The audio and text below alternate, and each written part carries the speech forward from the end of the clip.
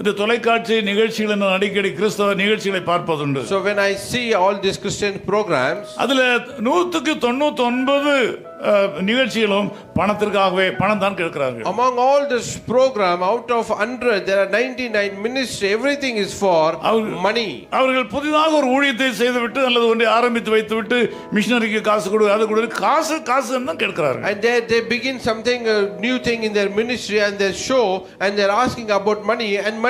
நம்முடைய ஜனங்களும் தாராளமாக வாரி கொடுக்கிறார்கள். And our people also giving very generously. சரியான ஊழியத்தை கண்டுபிடிக்கிறது இல்லை. They're not identifying the right ministry. சரியான ஊழியர்களை கண்டுபிடிக்கிறது இல்லை. They're not identifying the right ministers. ஆகவே தேவனுடைய பிள்ளைகள் எச்சரிக்கையா இருக்க வேண்டும். So God's people must be very careful. காசு கேட்டு நம்மளை வரட்டி எடுக்கிற மக்கள் பலர் இருக்கிறார்கள். And there are so many people by asking money and they trouble us.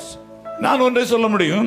I can tell one thing. ஆண்டவருடைய ஊழியத்தை அவருடைய வழியிலே செய்தால் நம்முடைய தேவைகளை அவர் சந்திப்பார். If we do God's ministry in his way, he will provide all our needs. நாம் ஏன் ஊழியம் செய்கிறோம் என்பதுதான் ஒரு கேள்வியே தவிர, so we have a question why we do this ministry. ஆண்டவருக்கு பிரியமான ஆத்துமாக்களை சம்பாதிக்க வேண்டும் என்கிற அடிப்படையில் தங்களை பூர்ணமாய் ஒப்பு கொடுக்கிற மக்களை கொண்டு தான் ஆண்டவர் ஊழியங்களை செய்ய முடியும். And God can do the ministry those who are commit themselves winning the perishing soul. ஆண்டவருடைய ஊழியத்தை செய்கிறவர்கள் எச்சரிக்கையாக இருக்க வேண்டும். And those who are doing God's ministry, they need to be very careful.